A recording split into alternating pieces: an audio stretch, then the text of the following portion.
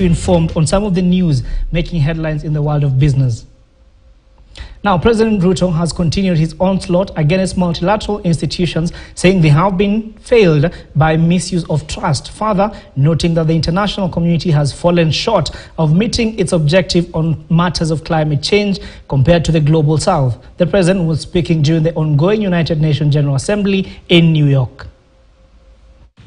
The environment of pervasive mistrust between the global north versus the global south, developed versus developing, rich versus poor, polluters versus victims, and net emitters versus net victims, which complicate and frustrates multilateralism, is the inevitable result of promises not kept, commitments not actualized, resolutions not honored, and principles not observed.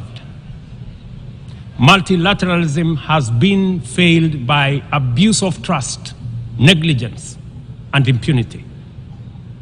A year ago, I stood in this assembly hall to call upon the global community to transform the UN system in order to achieve a consensus-driven, rules-based multilateral system which works for the people of the world in their diversity.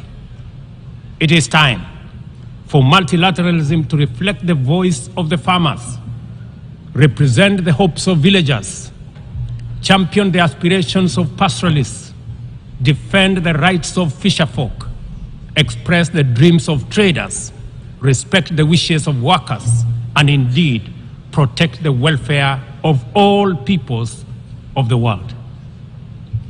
In the face of the most urgent crisis of our time, it is now clear that the international community has fallen seriously behind in meeting its targets in both climate action and the implementation of the Sustainable Development Goals, as well as their underlying enabler, peace and security. We as Africa have come to the world not to ask for arms, charity, or handouts, but to work with the rest of the global community to give every human being in this world a decent chance of security and prosperity by taking necessary actions, mobilizing adequate resources for investment, confronting security challenges, and resolving conflict as we all make our contribution to global prosperity. All right, and of course, that's right there.